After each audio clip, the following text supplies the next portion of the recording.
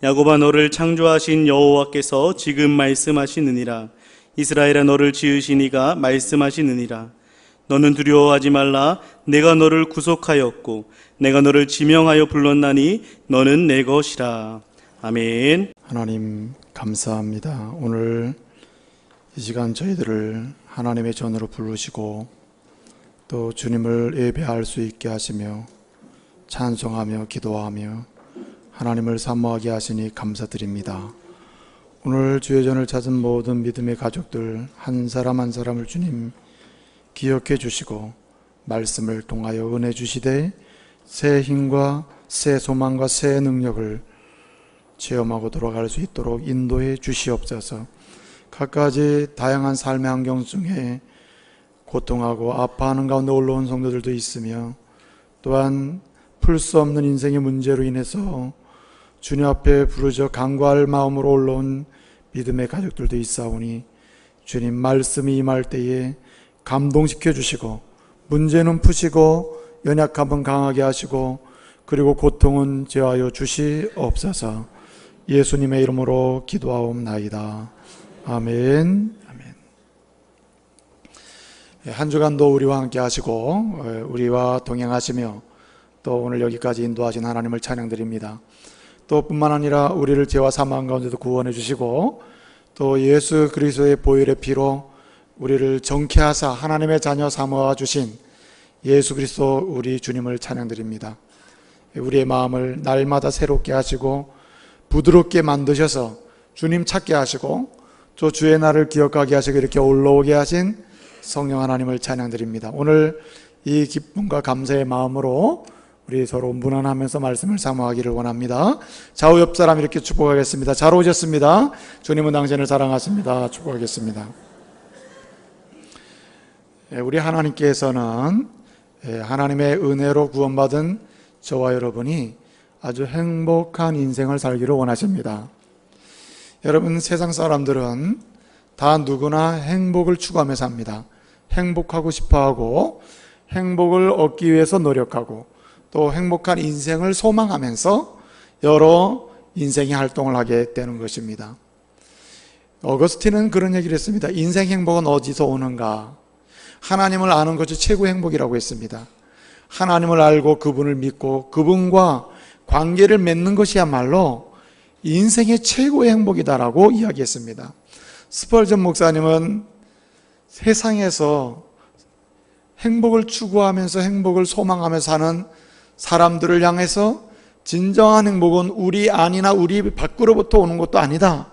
우리 안에서 나오는 것도 아니다. 진정한 행복이란 하나님과 연합되고 하나 되고 가까이 하고 하나님과 동행하고 하나님과 묶어질 때, 이렇게 엮어질 때, 하나님과 함께 할 때 진정한 행복이 오는 것이다.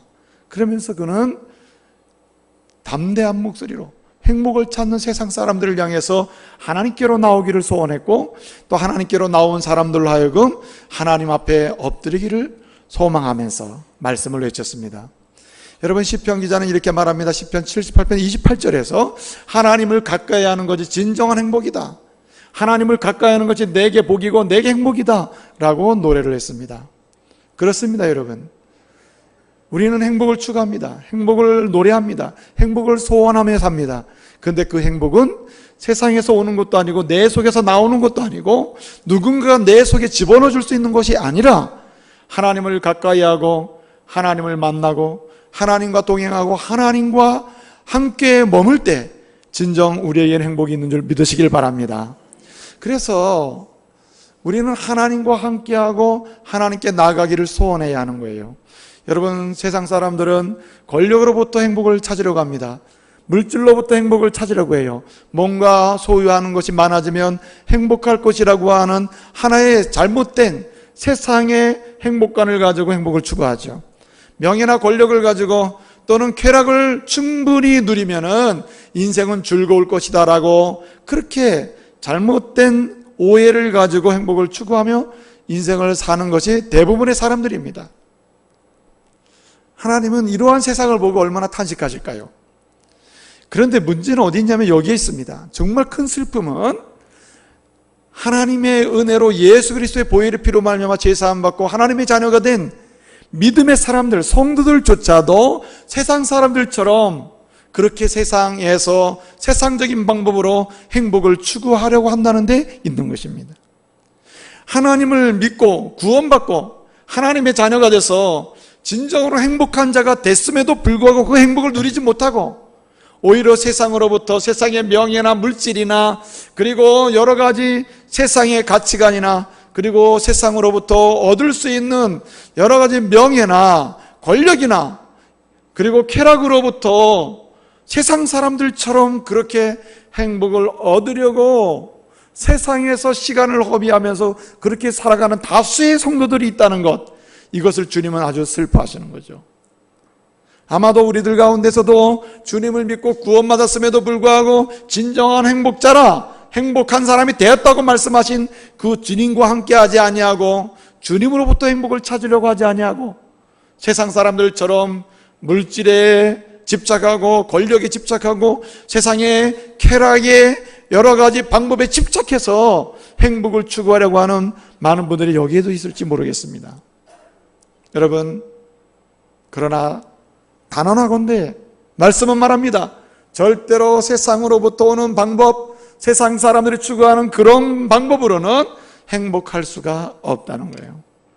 인생의 즐거움이란 근원적으로 인생을 만드신 주님으로부터 오고 창조주로부터 오고 그리고 우리를 죄와 사망에서 구원하신 그 보혈의 피를 흘리신 예수 그리스도, 그 십자가에 달리신 주님으로부터 온다는 사실, 이 사실을 우리는 기억해야 하는 것입니다. 그래서 예수를 믿는 사람임에도 불구하고 세상 사람들처럼 그렇게 즐거움을 추구하면서 행복이 뭔지도 모르고 시간을 허비하고 인생을 살아가는 그런 사람들을 향하여 성경은 끊임없이 외치고 선포하고 말씀하셨습니다. 예컨대 이런 것입니다. 이스라엘 백성들이 애굽에서 해방되어 홍해를 건너고 그 은혜로 광야를 통과하고 그리고 이제 가나안 땅을 목전에 두고 요단강 동편에 와 있을 때 그들은 너무나 피곤했고 너무나 지쳐 있었습니다. 그래서 그들은 생각을 한 거예요. 우리는 아직도 행복하지 못하다. 우리는 행복을 찾으나 행복을 얻지 못하고 있다. 우리는 공고하고 피곤하다고 생각했어요. 그때 모세는 뭐라고 이야기합니까? 모세는 신명기 33장 29절에서 너희는 착각하고 너희는 잘못 알고 있다. 너희는 뭔가 오해하고 있다. 너희는 지금 피곤한 사람이요, 공고한 사람이요, 너희는 지금 절망하고 있는 사람이요, 너희는 행복이 없는 사람들이 아니다. 너희는 기억하라. 이스라엘이요, 신명기 33장 29절에서 말합니다. 이스라엘이요, 너희는 따라합시다. 행복한 사람이로다. 행복자로다 라고 말씀해요.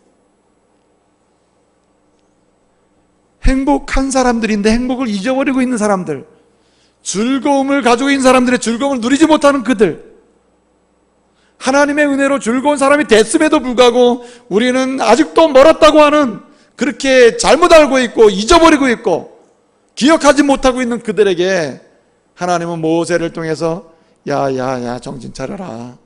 너희는 아직도 행복을 모르는 사람이 아니고 행복이 없는 사람이 아니야. 너희는 행복한 사람이야.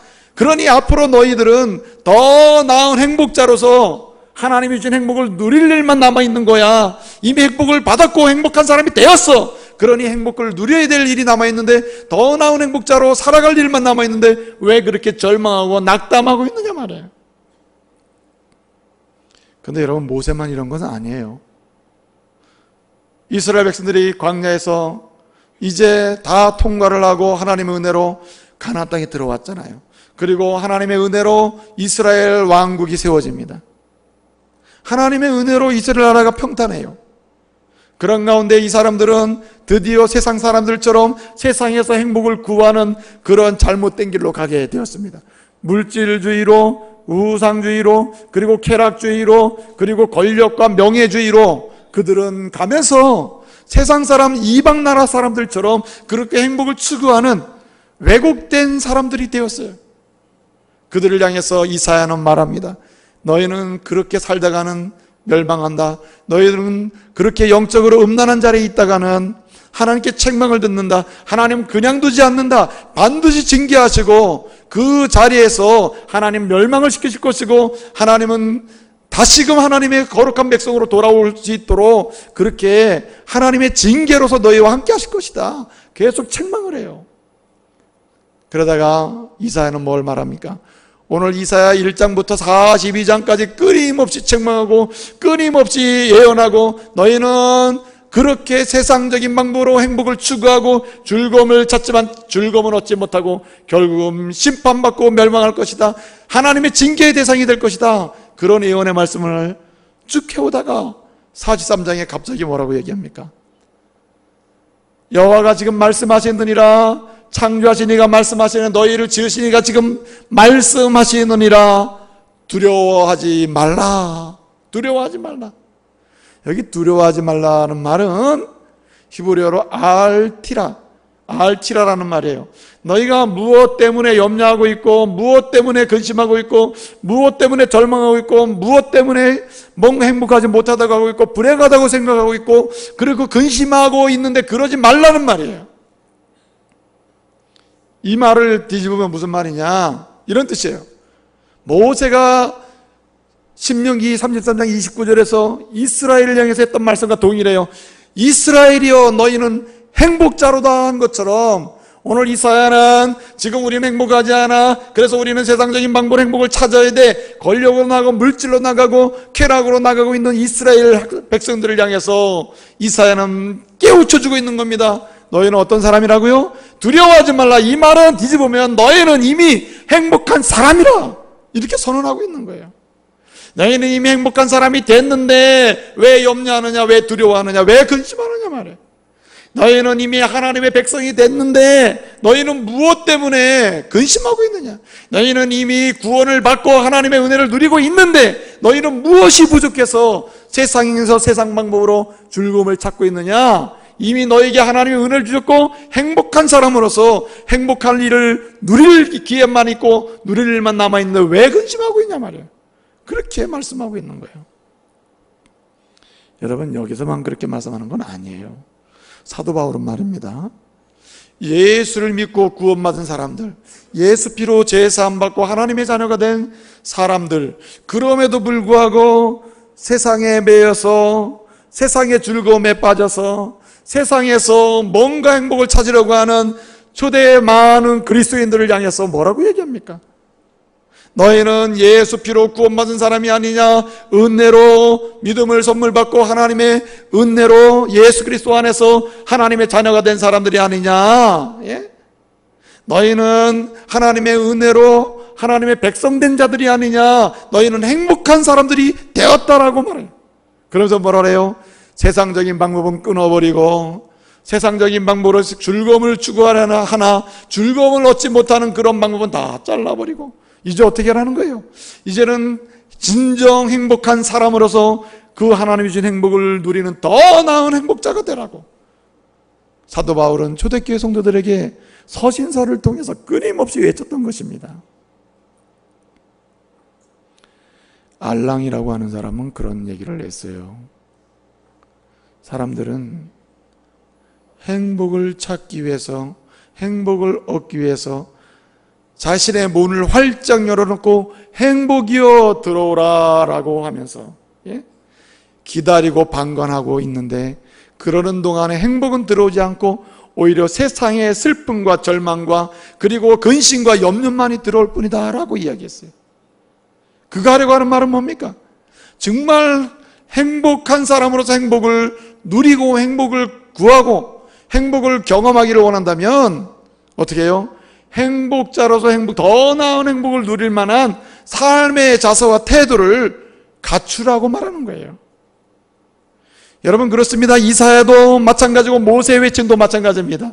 바울의 외침도 마찬가지예요. 우리는 이미 그리스도 안에서 하나님의 자녀요, 하나님의 은혜를 입은 자요, 행복한 사람이 되었기 때문에 우리는 그 행복을 더 누리고 더 공유하고 더 경험하고 그리고 더 나눌 수 있는 그런 더 나은 행복자가 되어야 하는 것입니다.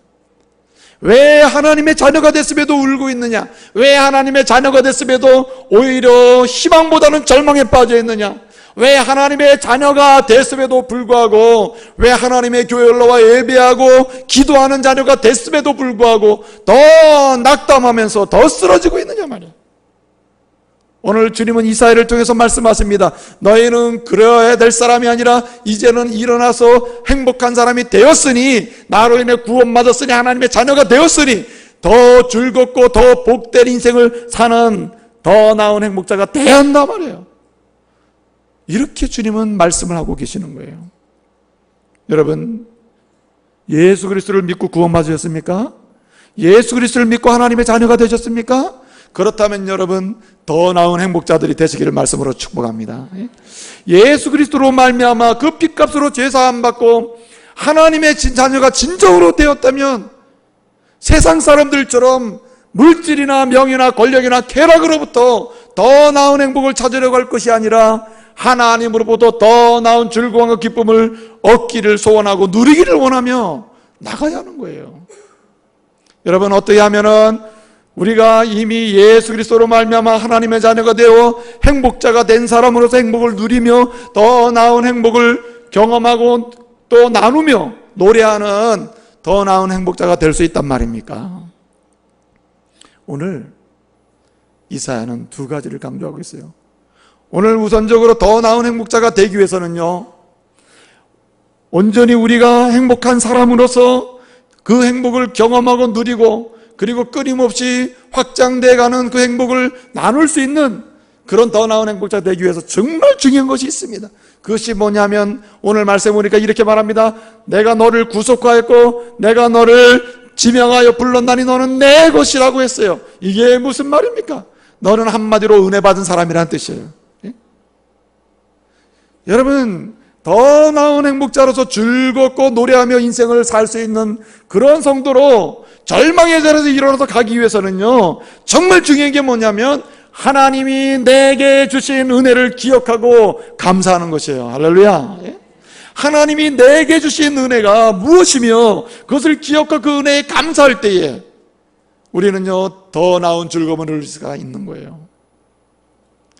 하나님이 주신 은혜 중에 은혜가 무엇입니까? 오늘 말씀은 이렇게 말합니다. 은혜 중에 은혜는 구원이다. 은혜 중에 은혜는 건지심이다. 은혜 중에 은혜는 죄사함이며 은혜 중에 은혜는 그리하여 하나님의 자녀가 되게 하신 것이다. 할렐루야. 이게 은혜 중에 은혜라는 말이에요. 그래서 우리가 아직 죄인 되었을 때에, 아직 죄와 허물로 가득 찼을 때에 주님께서 이 땅에 오셔서 나를 위해 죽으시고 그 피를 믿는 자마다 그 피로 죄사함을 받는 자마다 하나님의 자녀가 되게 하신다는 사실, 진리를 믿고, 예? 그리고 나로 하여금 하나님의 백성답게 살아갈 수 있도록 은혜를 주신다고 하시는 그 은혜의 복음을 믿고, 그리고 하나님의 자녀가 되어서 사는 사람들, 그 은혜를 기억할수록 샘솟는 영혼의 즐거움을 누리게 된다는 말입니다. 여러분, 그리스도인의 즐거움은 절대로 세상으로부터 오는 게 아니에요. 세상에 어떠한 많은 조건이 우리에게 형성될지라도 그것은 우리에게 즐거움이 될 수 없다는 말이에요. 진실적으로 두려워하지 말라. 한마디로 너는 행복자다. 행복자로서 즐거움을 누리는 사람이 되어라 하는, 이 즐거움을 누리는 하나님의 자녀, 더 나은 행복자가 되는 유일한 길이 있다면 그것은 은혜를 기억하는 거예요. 은혜가 우리를 감동시키는 거예요.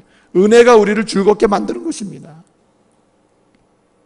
그래서 하나님이 내게 주신 이 구원의 은혜에 감격하면서 예수 그리스도의 보혈의 피가 내 그 씻을 수 없는 죄를 씻어주시고, 그리고 나로 하여금 하나님의 자녀답게 인생을 살 수 있도록 때를 따라 우리 주님께서 나와 동행하신다고 하는 이 놀라운 은혜에 감격하고 그 은혜 속에 내가 들어가게 되면 세상의 공고함이 나를 공고하게 만들지 못해요. 세상의 환난이 나를 어렵게 만들지 못해요. 세상의 많은 시험과 역경이 나로 하여금 넘어지게 하지 못한단 말이죠.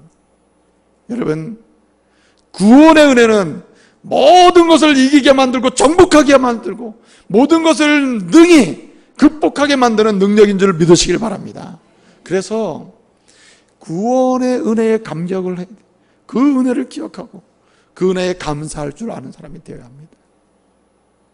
뿐만 아니라 오늘 말씀해 보니까 오늘 이렇게 말씀해, 너희가 물을 지날 때에도, 강을 지날 때, 물을 지날 때 그 물이 너를 침몰하지 못할 것이며, 내가 불 가운데를 지날 때 불이 너를 타지도 아니할 것이, 불꽃이 너를 뭐하지도 않아요? 사르지도 못하리나 했어요. 무슨 말입니까?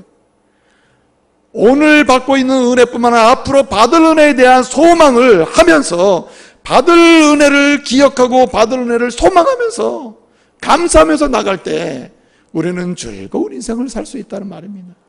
여러분, 이미 받은 은혜를 기억하면서, 구속의 은혜를 기억하고, 이미 지나온 인생 가운데 돕는 은혜, 끊임없이 보존해 주시는 은혜, 건져 주시는 은혜, 그리고 함께 동행하시면서 채워주시는 그 하나님의 은혜를 기억하는 사람 치고 앞으로 미래에 대해서 의심하는 사람 없어요. 의심할 수가 없는 거죠. 지금까지 이렇게 하셨는데 앞으로는 더 말할 나위가 없다, 그러고 가는 것이죠. 그래서 우리는 그 하나님의 은혜를 기억하고, 그리고 그 은혜를 늘 감사하기 위해서 우리는 끊임없이 움직여야 돼요. 사실은 여러분이 오늘 이 자리에 오기까지 몇 번씩이나 죽을 고비를 다 넘겼을 겁니다. 혹시 내 인생 사는 난 죽을 고비를 한 번도 경험하지 못했다는 분 손 들어보세요. 난 죽을 고비를, 죽을 위험을 경험한 적이 없다. 그때 죽을 뻔했네. 큰일 날 뻔했어 말이야. 예? 여러분, 이런 적이 한두 번입니까? 인생을 지금까지 살아온 가정을 보면은, 야, 그때 그 순간 진짜 큰일 날 뻔했어, 큰일 날 뻔했어, 큰일 날 뻔했어. 그런데 큰일이 안 났네. 여러분, 어떻게 큰일이 안 났단 말입니까? 주님이 하나님의 자녀 삼으시고 어떻게 해요? 그때그때 함께 하시면서, 예? 붙잡아 주시고 건져 주시고, 예? 동행하시면서 막아줄 건 막아주시고, 일으키셔야 할 때 일으켜 주셨기 때문에 오늘 여기까지 오신 줄로 믿으시길 바랍니다. 그래서 여러분 어떻습니까? 여러분, 이 은혜를, 지난 은혜를 기억하고 지금 받고 있는 은혜에 대해 또 감사하고 받을 은혜를 확신하면서 소망하면서 우리가 기억하고 나갈 때 우리는 어떻습니까? 즐겁게 인생을 살아갈 수 있는 것이죠. 소유가 부족해도, 건강이 조금 부족해도, 그리고 내 관계 속에서 어려움이 조금 있어도 우리는 즐거움으로, 예? 소망 중에 하나님이 문제는 푸실 것이고 길은 여실 것이다고 하는 확신을 가지고 나갈 수 있는 것이죠. 즐겁게 갈 수 있는 것입니다. 그래서 이 은혜를 말입니다, 은혜를 기억하고 은혜를 감사하기 위해서 우리가 반드시 해야 될 일이 있어요. 뭘 해야 되느냐? 하나님이 내게 은혜를 주실 때는 목적이 있거든요. 은혜를 주시는 목적을 그때그때 뭐 하느냐? 생각하며 살아야 돼요. 이스라엘 백성들이 왜 은혜를 잊어버립니까? 이스라엘 백성들이 왜 은혜에 감사하지 못합니까? 그래서 행복자임에도 불구하고 행복하지 못하다, 불행하다, 우리는 절망이다, 우리는 쓰러졌다, 희망이 없다고 말하고 있습니까? 왜 그렇습니까? 이스라엘 사람들이, 그들이 은혜를 주시는 목적을 생각하지 않았기 때문이에요. 그래서 은혜를 기억하고 감사할 수 있는 가장 중요한 방법이 있다면 은혜를 뭐예요? 은혜를 주신 목적을 생각해야 돼요. 내게 오늘 이 은혜를 왜 주시나 목적을 생각해야 돼요. 왜 내게 건강의 은혜를 주셨나 목적을 생각해야 돼요. 오늘 이 시점에 하나님은 왜 내게 물질의 복을 주셨나 그 목적을 생각해야 돼요. 내게 오늘 이 시점에 왜 내게 이러한 명예를 주셨으며 이러한 권력을 주셨나 그 목적을 생각해야 돼요. 하나님이 은혜를 주신 목적을 생각할 때 우리는 그 은혜를 기억하고 감사함으로 나갈 수가 있는 것입니다. 여러분, 이스라엘 백성들에게 하나님이 왜 그렇게 애굽에서 구원해 주시는 은혜를 주셨으며 홍해를 건너는 은혜를 주셨으며 목마르다 할 때 물 마시는 은혜를 주셨으며 너무나 추워서 강렬을 걸어갈 수가 없습니다, 머무를 수가 없습니다 할 때 불기둥으로 덮어주시는 은혜를 주셨으며 너무나 더워가지고 견딜 수가 없습니다, 낮에는 견딜 수 없으면 이렇게 울부짖을 때 그들에게 구름기둥의 은혜를 주시고, 왜 그런 은혜를 주십니까? 왜 아말렉이나 여러 전쟁을 할 때 그 전쟁 중에서도 결국은 승리하게 하시는, 주권적인 은혜 승리하게 하시는 그런 은혜를 왜 주십니까? 이스라엘이 잘나서 그렇습니까? 이스라엘이 은혜 받을 일을 해서 그렇습니까? 아닙니다. 은혜를 주시는 뭐가 있어요? 목적이 있습니다. 그런데 이스라엘 사람들이 이 목적을 잊어버릴 때 어떻게 됐습니까? 은혜를 기억하지 못하고 감사치도 못하고, 그래서 어떻게 합니까? 그래서 행복하지 못하다, 우리는 괴롭다, 우리는 불행하다 하면서 세상에서 나가서 어떻게 해요? 세상 이방 사람들처럼 그렇게 행복을 추구하면서 낭망하게 되는 것이죠. 출애굽기 19장 5절 6절을 보면 뭐라고 말씀하십니까? 하나님께서 이스라엘 백성들에게 선민으로 만들어주시고 구원해주시고 택한 백성 삼아주시고 하는 이유가 어디 있습니까? 너희를 세상을 향한 제사장 나라가 되게 하기 위함이다 그랬어요. 한마디로 하나님은 구원의 하나님이요, 창조주 하나님이요, 건지신 하나님이요, 하나님의 백성 만드셔서 하나님 나라 들어가서 영광을 누리도록 하시는 그런 전능하신 하나님이요, 구원 하나님을 세상 만방의 이방 사람들에게 보여주기 위해서 뭘 줘요? 구원의 은혜를 주셨으며, 그리고 채우시는 은혜를 주셨으며, 건지시는 은혜를 주셨으며, 함께 하시는 은혜를 주셨단 말이에요. 이 목적을 생각하지 못할 때 그들은 은혜 자체를 잊어버리게 돼요. 기억하지 못하게 된다 이 말이죠. 그래서 오늘 우리가 말씀을 읽어보면은 10절에 보면요, 사실상 10절에 보면 뭐라 그러냐면은 하나님께서 뭐라 하면 너희는 나의 증인이라, 너희는 나의 종이라, 나의 증인이나 나의 종이 되도록 내가 너희를 택했다라고 말씀하셔요. 무슨 말입니까? 왜 하나님이 섭리 가운데 그들을 택해 주시고 하나님의 백성으로 삼아 주시고 때때로 구원해 주시는 은혜를 주셨습니까? 은혜 준 목적이 뭐예요? 하나님의 증인이 되게 하기 위해서 직접적으로 말씀하시잖아요. 하나님의 종로로서를 통해서 복음을 전하고 하나님의 영광스러움을 세상 불신자들에게 선포하기 위해서 그렇게 말씀하시잖아요. 심지어는 21절을 보니까 44년 21절 뭐라 했어요? 내가 이 백성을 지은 이유, 만든 이유, 창조한 이유가 어디 있느냐? 이 백성은 나를 위하여 뭐하도록? 찬송하도록 하기 위해서 지었다고 말씀하세요. 무슨 말입니까? 이렇게 만드시는 이유, 구원해 주시는 목적, 은혜 주신 목적이 있는데 이 목적을 이스라엘 백성들이 잃어버리는 거예요. 생각지 않는 것입니다. 여러분, 한번 생각하지 않기 시작하면요, 어느 순간에 내 생각으로부터 빠져나가요. 멀어지게 됩니다. 여러분, 은혜 주신 목적을 내 생각에서 잊어버릴 때, 상실할 때 우리는 어느 틈엔가 어떻게 됩니까 여러분? 우리는 은혜 자체를 잃어버려요. 좋은 건 다 내가 한 일이고 나쁜 건 하나님이 너무 하신 거죠. 예? 그렇죠 여러분? 하나님이 은혜 주신 목적을 생각하지 않고 인생을 한두 달만 살다 보면요, 지난날에 괜찮은 건 다 내가 잘해서 그런 거고, 그 다음에 지난날에 힘들었던 건 다 하나님 너무 하신 거라 왜 이렇게 인생 만들어 놓냐 말이에요. 그런데 여러분 생각해 보세요. 하나님이 은혜를 주신 목적, 어느 때에 내가 질병이 있는데 질병을 어느 순간 주님이 고쳐주세요. 하나님 내게 질병 주신 목적이 어딨냐? 질병을 고쳐주신 이 목적, 이 치유해 주시는 은혜를 주시는 목적이 어딨냐를 질문하면 은혜가 기억되고 어떻게 해요? 감사로 주님을 높이게 될 줄로 믿습니다. 예, 그래서요, 우리는 은혜 기억하고 살아야 돼요. 그래서 여러분, 은혜를 기억하기 위해서는 생각해요. 목적을 생각하고 더 적극적으로 어떻게 해야 합니까? 오늘 이스라엘 백성들을 하지 못해서 하나님께 책망을 받았지만 우리는 어떻게 해야 합니까? 은혜를 기억하고 감사함으로 즐거운 인생 살기 위해서는요, 은혜 주신 목적을 순간마다 생각할 뿐만 아니라 그 목적대로 선을 행해야 할 줄로 믿습니다. 예? 그래서요, 은혜의 목적을 알고 은혜를 선용하면 선용할수록 은혜가 붙어요. 하나의 일이라는 은혜를 내가 받았잖아요. 그럼 일이라는 은혜를 그 주신 목적대로 생각하면서 그 목적대로 어떻게 해요? 은혜를 사용하기 시작하잖아요. 그러면 은혜가 붙어요. 할렐루야. 은혜가 이렇게 1, 2, 3 늘어난단 말이에요. 예? 일을 가지고 은혜 주신 목적대로 은혜를 선용하고 은혜를 나누고 은혜를 증언하고 은혜를 따라서 살기 시작하잖아요. 그런 은혜가 막 배가 되기 시작한다 이 말이에요. 자, 은혜가 도와주는 곳에 뭐가 있어요? 따라합시다. 기쁨이 넘친다. 은혜가 넘치는 곳에 기쁨이 넘치게 되고 이 인생은 곧 즐거운 인생이 되는 것입니다.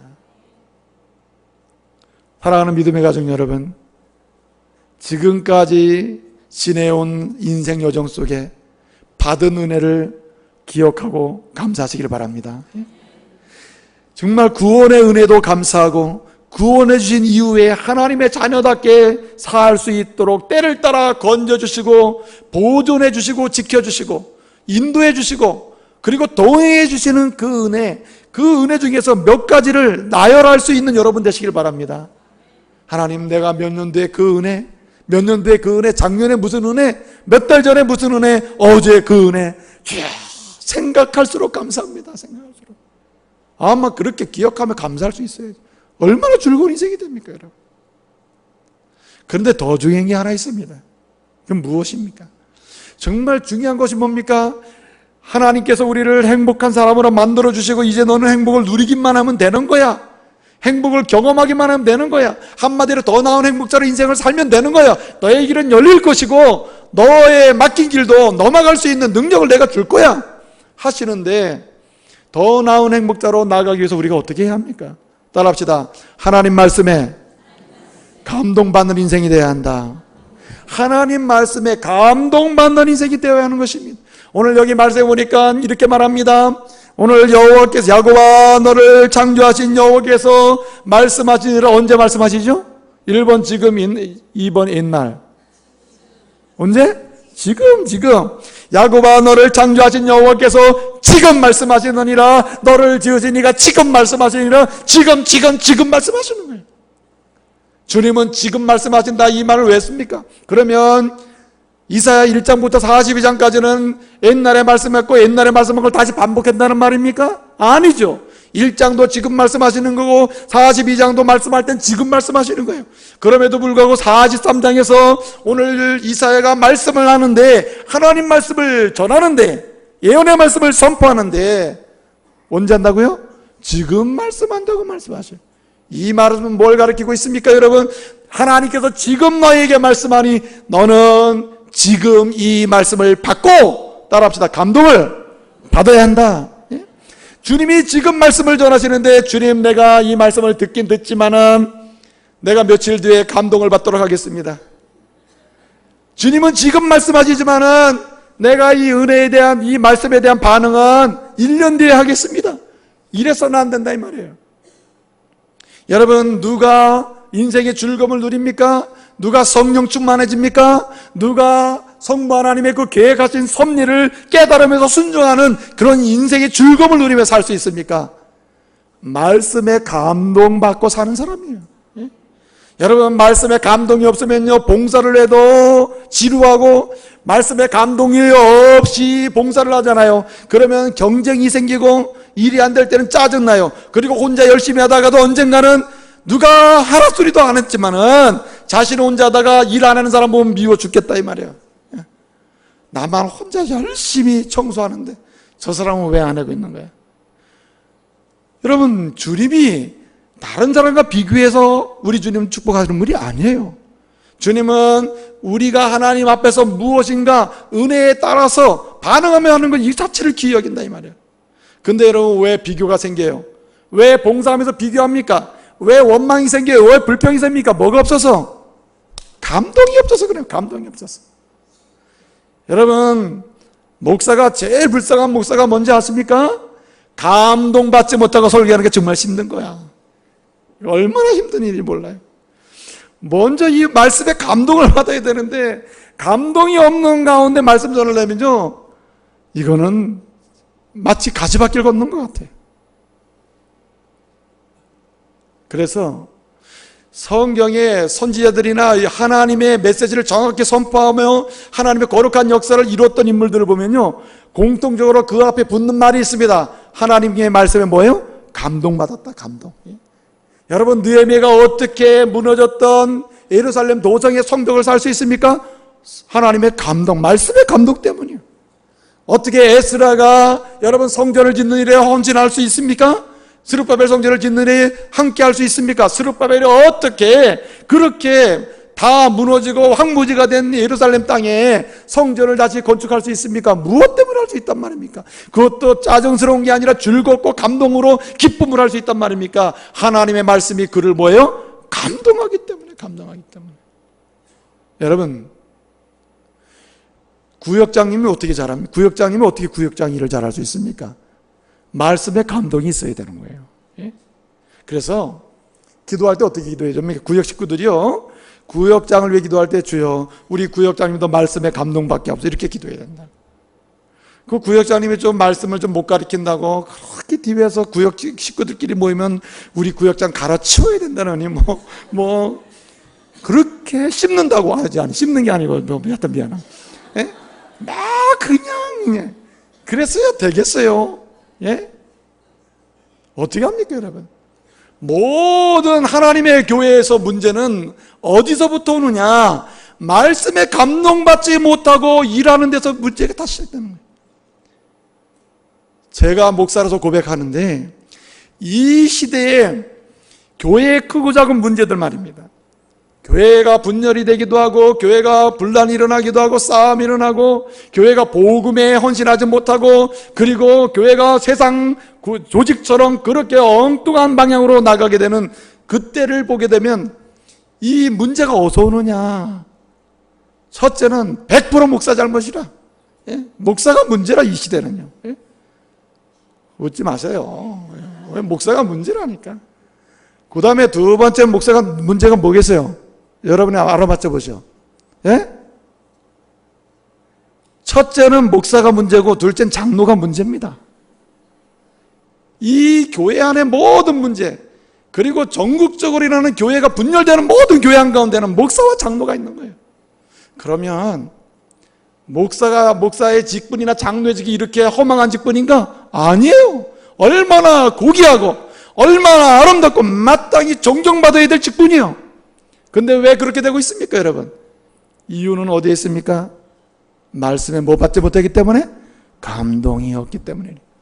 말씀에 감동받지 못하는 목사나 장로나 권사나 교회의 중직자들이 어떤 일을 하려고 하고 머리 써서 뭘 하면 할수록 교회는 곤란에 빠지게 되는 거예요. 말씀에 감동 없이 뭔가를 해보려고 애를 쓰면 쓸수록 더 시험에 드는 거예요. 그러나 한 가지 일을 하더라도 말씀에 감동을 받고 할 때 주님께서 역사를 일으키시는 줄로 믿습니다. 예?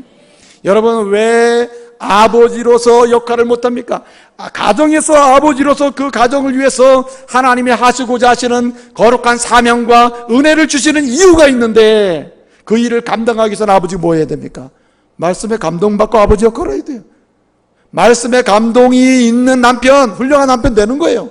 말씀에 감동을 받고 있는 아내, 훌륭한 아내가 되는 거예요.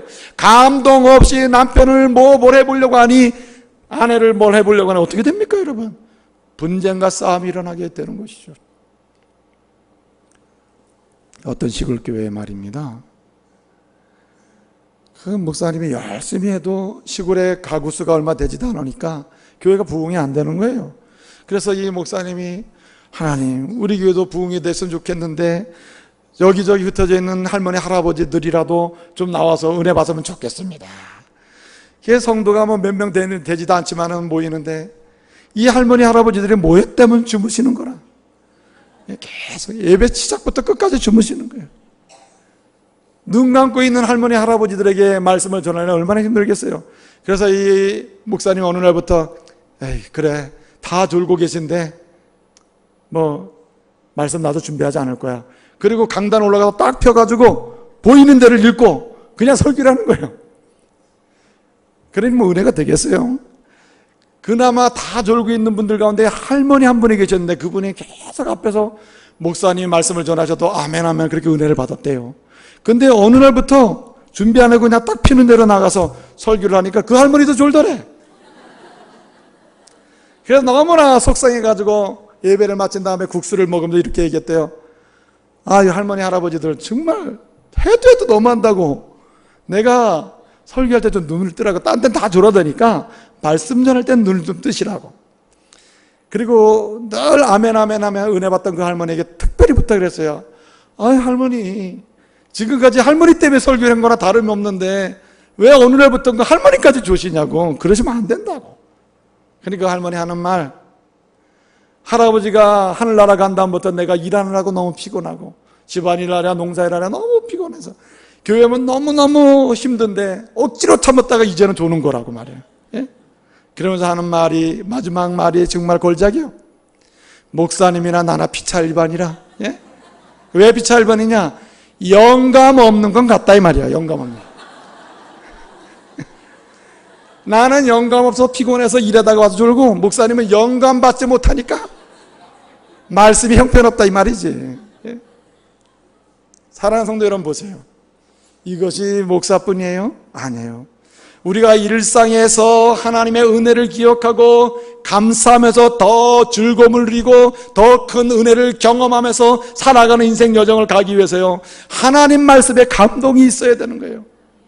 그래서요, 말씀을 읽거나 듣는 가운데 감동하고 암송하는 가운데 감동하면서 그 감동의 능력으로, 예? 은혜를 기억하고 감사하고 그리고 은혜의 목적을 따라서 인생을 살아가는 사람들은 달라요. 달라. 말 한마디 한마디가 달라요. 예? 말씀의 감동은요, 비난을 만들어내질 않습니다. 말씀의 감동이 있는 사람은요, 예? 뭔가 부정적이고 단점을 먼저 보질 않아요. 예? 여러분, 우리 주님이 얼마나 좋으신 분입니까? 우리 주님이 요한계시록 2장 3장에서요 말씀하시잖아요. 7교회를 향한 하나님의 은혜의 말씀을 증언하시잖아요. 그 말씀하실 때 어떻게 합니까? 잘한 일은 칭찬하고 잘못된 일은 책망해서 다시 이 시대의 복음에 증거하는 교회로 그 역할을 감당하도록 우리 주님께서 예언의 말씀을 주시잖아요. 그럴 때 우리 주님 뭐부터 말씀하시죠? 칭찬부터 하신다니까. 칭찬부터 하시고 그 다음에 책망을 하신다. 자, 우리 주님은 말씀 충만한 분이에요. 그 자체가 말씀이셔요. 주님은. 그러므로 말씀에 감동받고 말씀을 듣고 읽고 말씀을 사모할 때마다 감동받는 사람은요, 그 눈이 어디로 열려 있느냐? 긍정으로 열려 있고, 그리고 은혜로 열려 있고, 그리고 장점으로 열려 있고, 그리고 하나님이 기뻐하시는 방향으로 열려 있는 줄로 믿으시길 바랍니다. 다른 거죠. 달라요. 말씀의 감동이 그렇게 사람을 변화시켜요. 그렇게 지독하게 거짓말하고 사기치고, 그리고 그렇게 지독하게 하나님이 싫어하는 짓만 골라서 하고, 그리고 세상에서 온갖 더러운 일을 다 하면서 살던 그런 성도가 어떻게 변화되어 거룩한 성도로 쓸 수 있습니까? 그 변화된 사람 이면을 보게 되면 그 속에 말씀이 임함에 뭐예요? 감동이 있었기 때문에. 감동이. 말씀의 감동의 역사가 한번 딱 일어나잖아요. 사람요, 순식간에 바뀌어버려요. 아무리 말씀을 외우고 말씀의 지식이 있고요, 말씀을 깨달아서 내가 알고 있다고 말을 해도 사람 안 바뀌어요. 그 왜곡된 영혼을 바뀌고 성격을 바꾸고, 그리고 애국되고 하나님이 싫어하고 메마른 심령에 단비를 내리게 하는 그런 뜨거운 심령으로 바뀌는 역사를 보면 말씀에 감동이 있을 때요. 사랑하는 성도 여러분, 하나님 말씀을 읽거나 듣거나 사모할 때마다 여러분, 주여 내게도 말씀의 감동을 주시옵소서 사모하시길 바랍니다. 그래서 말씀에 감동받는 사람이 되기 위해서는 그럼 어떻게 되느냐? 정말 중요한 게 있어요. 3가지를 잘해야 됩니다. 여러분, 이스라엘 백성들이 못했지만 우리는 그걸 해야 돼요. 첫째는 뭘 해야 되느냐? 오늘 지금 말씀하실 때 지금 말씀하시는 이 말씀이 따라서 진리요 이루어질 말씀임을 믿습니다. 예? 그래서 이 말씀이 진리요, 이 말씀은 성취된다고 하는 믿음으로 말씀을 듣고 사모할 때 말씀의 감동이 임할 줄로 믿으시길 바랍니다. 이스라엘 백성들이 이사야 1장부터 42장까지 이사야가 그렇게 말씀을 전하는데도 왜 감동이 없습니까? 그래서 왜 불행하다고 스스로 자책하고 있게 됐다는 말입니까? 이건 뭐예요? 1장부터 42장까지 말씀을 그렇게 지금 전해줘도 진리라고 믿지 않는 거예요. 이 말씀은 성취된다고 하는 믿음이 없는 겁니다. 믿음이 없는 곳에는요, 말씀의 역사 일어나지 않아요. 그러므로 누구든지 말씀을 사모하고 말씀을 들을 때 이 말씀은 진리요, 이 말씀은 그대로 응답될 줄로 믿습니다는 믿음으로 사모할 때에 감동인 줄 믿으시길 바랍니다. 또 한 가지는 여러분, 언제 하나님이 감동을 주십니까? 이 말씀에 감동이 임할 때는 언제입니까? 이 말씀을 듣는 즉시, 말씀을 들을 때, 말씀이 내게 들려줄 때, 말씀이 내게 내 눈에 읽혀질 때, 말씀이 내 안에 들어올 때 즉각적으로 순종하겠다고 결단하는 마음으로 말씀을 사모할 때 주님이요 은혜 주셔요. 예? 주님이 감동을 주신다면. 여러분, 노아가 말입니다. 노아는 그는 하나님 말씀이 감동돼 가지고요, 그냥 하나님이 그 시대에 홍수와 관련된 물심판과 관련된 그 역할을 능히 잘 감당했던 사람이 노아예요. 그래서 창세기 7장 5절에 보게 되면 노아가 뭐라고 얘기합니까? 노아에 대해서 뭐라고 해요? 그는 하나님 말씀에 순종함으로 형통한 사람이라고 했어요. 말씀대로 다 행했다고 했어요. 말씀 주신 대로 다 행했다고. 왜 그렇게 됐습니까? 그는 말씀을 지금 말씀하시면 그 말씀을 받을 때 주님이 주시는 말씀대로 내가 지금 뭐 하겠다고요? 순종하고 말씀을 따라가고 말씀을 지키겠나이다는 결단으로 말씀을 들었다는 말이에요.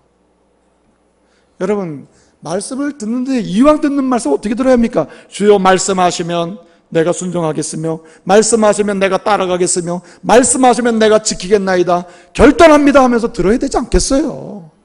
그럴 때 하나님이 그 마음에 감동을 주시는 거예요.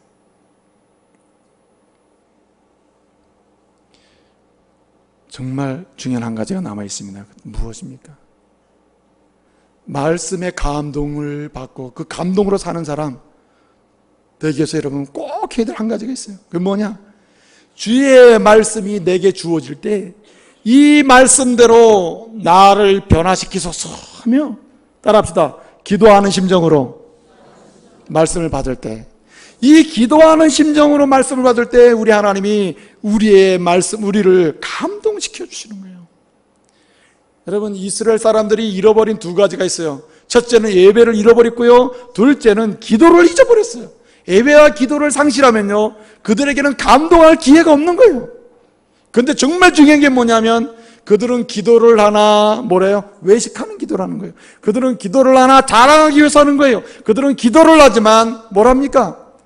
이 말씀이 나를 변화시키시고 말씀대로 나를 새롭게 하시고 말씀대로 나를 축복하게 하옵소서는 이러한 간절한 기도하는 심정으로 하지 않으니까 그들은 변화가 일어나지 않는 거죠. 그래서 시편 기자처럼요, 여러분의 영혼이 녹초가 돼서 막 억눌릴 때가 있잖아요. 마음이 억눌리고 심령이 억눌리고 심리가 마음이 억눌려서 어떻게 괴로워서 견딜 수 없을 때, 영혼이 억눌려서 견딜 수 없을 때 여러분 어떻게 합니까? 그때 여러분이 말씀을 봄으로, 말씀을 들음으로, 말씀을 읽음으로 말씀을 받아야 되는데 그때 어떻게 합니까? 주여, 내가 지금 영혼이 억눌려서 견딜 수 없어서 내가 말씀을 듣고 지금 말씀을 보고 있사오니 주여 이 말씀대로 나를, 따라합시다, 새롭게 세우소서, 새롭게 세우소서 하면서 기도하는 심정으로 말씀 속으로 들어갈 때 우리 하나님 우리를 감동시켜 주실 줄로 믿습니다.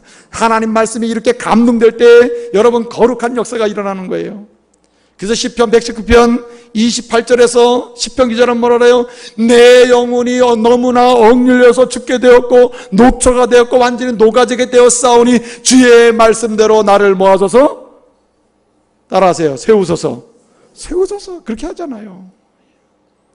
이런 말씀을 읽어보는 게 좋아요. 다 같이 한번 읽어봅시다. 시편 119편 28절.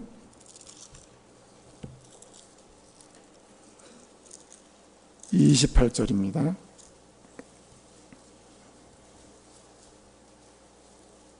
다 같이 보겠습니다. 자, 주무시던 분들도 눈 뜨시고 성경 좀 찾읍시다. 마지막. 다 같이 간절한 마음으로 읽겠습니다. 시작.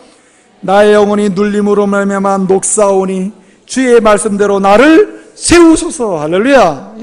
여러분, 말씀을 받을 때 말입니다, 말씀을 들을 때 어떻게 받아야 바로 말씀의 감동이 있습니까? 말씀의 감동은 주여 이 말씀을 지금 받사오니 이 말씀대로 나를 치료하십시오, 이 말씀대로 나를 살려주십시오, 이 말씀대로 나를 축복하십시오, 이 말씀대로 나를 세워주십시오, 이 말씀대로 나를 일으켜주십시오, 이 말씀대로 나를 치료해 주십시오, 이 말씀대로 무너지고 넘어져 있는 나를 일으켜주십시오. 네? 기도하는 심정으로 말씀 받으시길 바랍니다. 감동하셔가지고 치유가 일어나고 회복이 일어나고 말이에요. 새로운 역사가 시작될 줄로 믿으시길 바랍니다. 이제 말씀을 마치겠습니다. 여러분, 하나님은 우리에게 원하십니다. 내가 너를 행복한 사람으로 만들었다. 그러니 너는 행복한 인생 살아야지. 왜 세상에서 행복을 찾다가 그렇게 낭망을 쓰러지느냐 말이야. 왜 세상적인 방법으로, 권력에서, 물질에서, 명예에서, 쾌락에서 인생의 행복을 찾다가 이렇게 낭망해서 나의 사람이, 나의 딸이, 나의 아들인데 너 왜 그렇게 넘어져 있느냐 말이야. 그러면서 뭐라고 말씀하세요? 제발 이제 더 나은 행복자가 되라, 더 즐거운 인생을 살아라 말씀하시는 거예요. 여러분, 은혜를 기억하며 감사함으로 더 나은 행복자 되시길 바랍니다. 무엇보다 중요한 것은 하나님 말씀에 감동받는 이런 성도됨으로 더 나은 행복자로 승리하시는 저와 여러분 되시기를 말씀으로 축복합니다. 기도하겠습니다. 은혜로우신 아버지 하나님, 더 나은 행복자로 살기를 원합니다. 행복한 사람으로 만들어 주셨는데 오히려 세상에서 낭망하는 인생으로 살아왔고 좌절하고 쓰러져서 걷지 못하는 인생 살아왔습니다. 주님, 이제는 주신 말씀대로 다시 받은 바 은혜를 기억하고 구원의 은혜와 지금까지 인도해 주시고 함께 하신 은혜를 기억하며 감사하면서 다시 행복한 하나님의 사람으로 일어나게 하시고, 또 뿐만 아니라 이제는 하나님 말씀에 감동받는 인생이 되어서 하나님께 영광 돌리는 즐거운 인생이요 기쁨의 인생 되게 하여 주시옵소서. 예수님의 이름으로 기도합니다. 아멘.